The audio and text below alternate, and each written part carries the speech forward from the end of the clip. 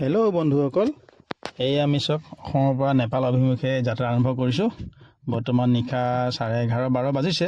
গুৱাহাটী পাৰ হৈ গৈ আছোঁ। এতিয়া যোৰাবাট পাৰ হৈছোঁ। এতিয়া চাওঁ কেইটালৈকে যাব পাৰোঁ। তাৰপৰা অলপ দূৰ ৰেষ্ট লৈ ল'ম, শুই দিম।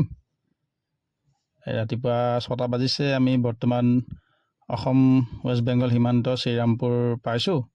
শ্ৰীৰামপুৰ পাৰ হৈ বৰ্তমান আমি ৱেষ্ট বেংগললৈ এণ্টাৰ কৰিছোঁ। এয়া চাওক, ৱেষ্ট বেংগল সোমাই গ'লোঁ। এতিয়া আমি গোটেই দিন দীঘলীয়া যাত্ৰা কৰিম। তাৰপৰা সন্ধিয়া নেপালত এণ্টাৰ কৰি তাতে আমি থাকিম। ফাইনেলি নেপাল পাই গ'লোঁ। চাওক, নেপাল পাই বৰ ভাল লাগিলে স্কৰপিঅ' এখন দেখি। কাৰণ এইখন এইটো কাৰণে ভাল লাগিলে, এখন মালটনা হয়। চাওক, মালটনা।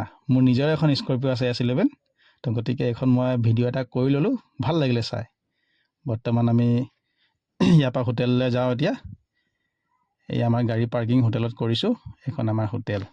ঠিক আছে, কাইলৈ আকৌ লগ পাম